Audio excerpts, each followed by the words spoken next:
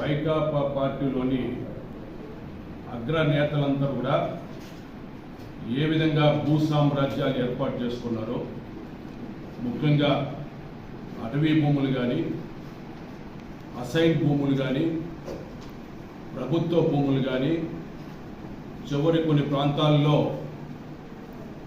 పక్కనటువంటి private భూములంతా కూడా ఏ విధంగా దోపిడీ చేసి భూ బ్యాంకులకు ఏర్పాటు చేసుకున్నారో మనం పత్రికల ద్వారా, మీడియా ఛానల్స్ ద్వారా స్పష్టంగా చూసాం. రాష్ట్ర ప్రజానీకానికంతా కూడా తెలుసు. సజ్జల రామకృష్ణారెడ్డి గారి ఎస్టేట్లు,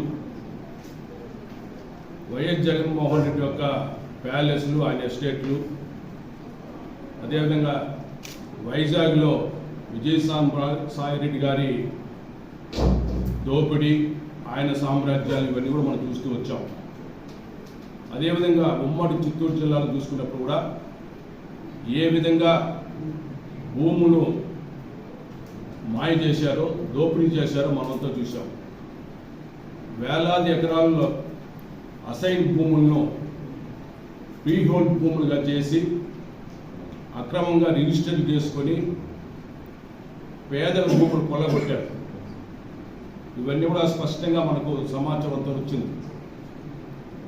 దీనికి సంబంధించి ప్రభుత్వం మారగానే వాస్తవాలు బయటపడకుండా సాక్ష్యాలు రూపమాపడం కోసం మదనపల్లిలో సబ్ కలెక్టర్ కార్యాలయంలో రికార్డ్స్ని ఏ విధంగా తగలబెట్టారో మనం చూసాం.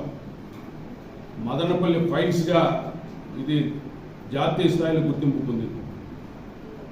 దీని వెనకాల మాజీ మంత్రి పెద్దిరెడ్డి గారు అనుచరులు ఉన్నారని చెప్పి కూడా స్పష్టమైన ఆధారాలు రావడం జరిగింది. వాళ్ళపైన కేసులు రిజిస్టర్ చేసి దర్యాప్తు జరుగుతాం.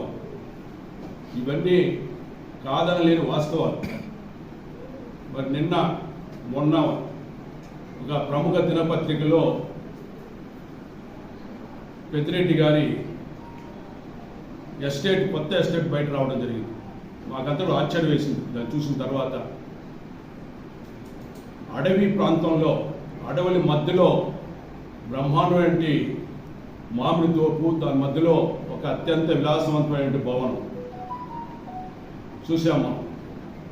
దీనిపైన సమాచారం వచ్చినప్పుడు చూస్తే మనకు అందుబాటులో సమాచారం ప్రకారం మొదటగా సర్వే నంబర్ 295/96లో 23.69 ఎకరాలు మాత్రం రికార్డులు నమోదైంది.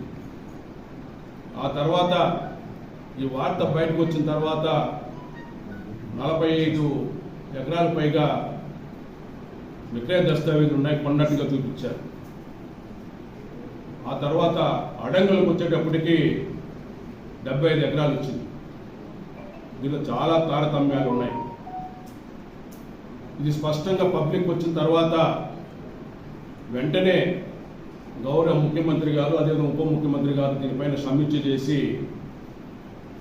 3 జిల్లా ఉన్నత అధికారులతో ఒక జాయింట్ కమిటీని కూడా ఏర్పాటు చేశారు, దర్యాప్తు చేయమని చెప్పి కూడా. ఈరోజు నిన్న పెద్దిరెడ్డి రామచంద్రారెడ్డి గారి యొక్క వివరణ కూడా అదే పేపర్లో చూసాం. అయితే ఆయన ఇచ్చే వివరణ ప్రజలు నమ్మడం లేదు. అది విలాసవంతమైన భవనం కాదు, పనిచేసే వాళ్ళ కోసం కట్టినటువంటి గృహం అని చెప్పారు. చిన్న పిల్లలు కూడా పేపర్లో చూసిన తర్వాత, భవనం చూసిన తర్వాత అది అత్యంత అధునాతనమైనటువంటి విలాసవంతమైన భవనం అని చెప్పక తప్పదు.